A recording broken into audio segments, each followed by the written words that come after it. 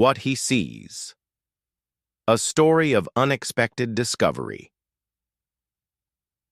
The afternoon sun cast long golden rays through the floor-to-ceiling windows of Marcus Wellington's downtown office, illuminating the mahogany desk where he sat reviewing quarterly reports.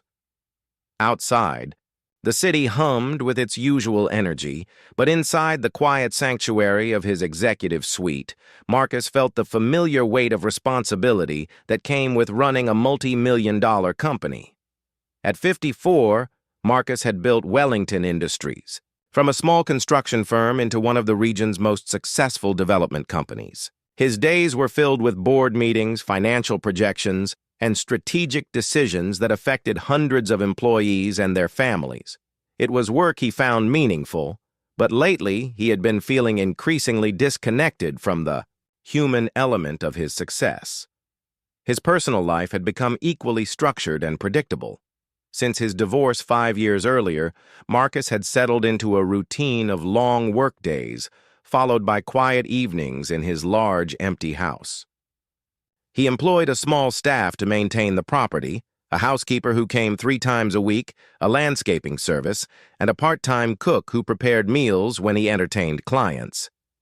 This particular Thursday had been filled with back-to-back meetings, and Marcus was looking forward to reviewing some contracts in the peaceful solitude of his home office. His business trip to Chicago had been canceled at the last minute when his client rescheduled, which meant he would be home several hours earlier than usual. As Marcus drove through the tree-lined streets of his exclusive neighborhood, he noticed how different everything looked in the afternoon light compared to his usual evening arrivals. Children were playing in yards, neighbors were walking dogs, and there was a sense of life and community that he rarely observed from behind his usual schedule. His house sat at the end of a quiet cul-de-sac, a stately colonial with perfectly manicured grounds and an impressive circular driveway. It was the kind of home that spoke of success and stability, though Marcus often felt it was too large for one person. He had bought it during his marriage, imagining it filled with family gatherings and children's laughter that had never materialized. Marcus pulled into his driveway and noticed immediately that Mrs. Henderson's car was still there. His housekeeper typically finished her work by 2 o'clock, but it was nearly 4. He wondered if everything was all right, or if perhaps she was dealing with some household issue that required extra time. As he approached the front door, Marcus could hear something unexpected, the sound of laughter. Not just any laughter, but the bright, uninhibited joy that only comes from children. He paused on his front step, key in hand, genuinely puzzled by what he was hearing from inside his usually quiet home. Marcus opened the door quietly and stepped into the foyer, following the sounds toward the living room. What he saw when he reached the doorway made him stop completely, his briefcase forgotten in his hand. His formal living room, the space he used only for entertaining important clients, had been transformed into what appeared to be an elaborate blanket fort. Sheets and quilts were draped over furniture, creating tunnels and hideouts that stretched across the entire room. Soft pillows were scattered across the floor, and his expensive Persian rug had become the foundation for what was clearly an afternoon of serious play.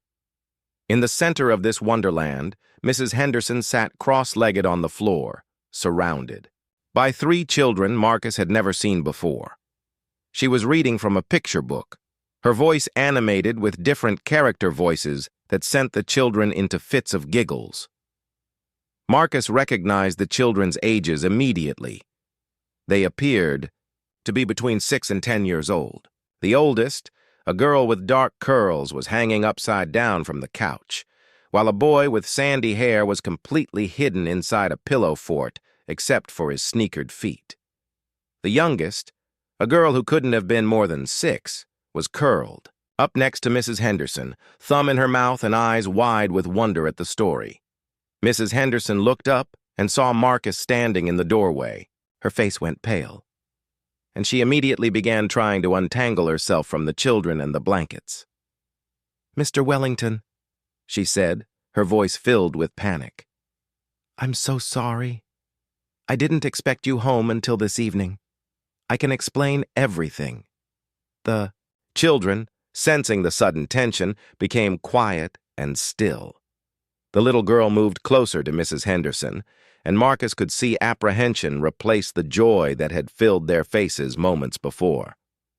"Please," Marcus said gently, raising his hand to stop Mrs. Henderson from dismantling their elaborate creation.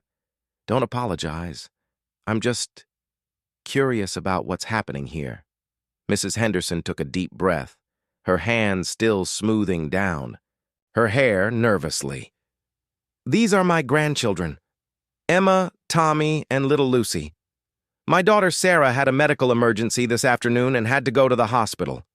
There was no one else to watch them on such short notice, and I couldn't leave them alone." She paused, looking around at the transformed room with obvious embarrassment. "I know I should have called and asked permission before bringing them here.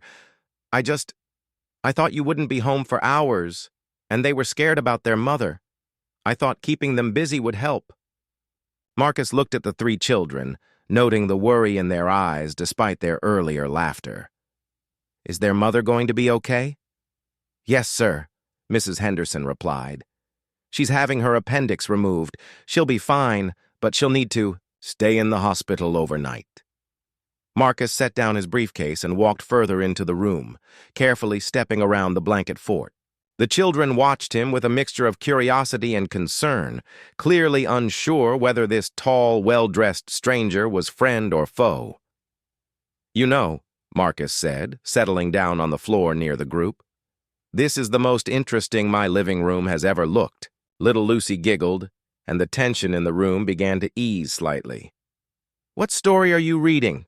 Marcus asked, genuinely interested. "The Secret Garden," Emma, the oldest, answered shyly. "Grandma Henderson does all the voices different." "She's very good at that," Marcus agreed, smiling at Mrs. Henderson, whose face was beginning to lose its panicked expression. "I haven't heard that story in years." "Would you like to listen too?" Tommy asked, peeking out from his pillow fort. "We're at the part where Mary finds the key to the garden." Marcus found himself nodding. "I'd like that very much." For the next hour, Marcus sat on his living room floor, listening to Mrs. Henderson read while the children created elaborate adventures in their blanket kingdom. He learned that Emma wanted to be a veterinarian, that Tommy was fascinated by construction equipment, and that Lucy collected smooth stones from the playground at school. As the afternoon wore on, Marcus realized something profound was happening. The house that had felt like an empty showcase was now filled with the warmth and energy he had unconsciously been missing. The laughter and innocent chatter of the children created an atmosphere of joy that his expensive furnishings and carefully chosen artwork had never achieved.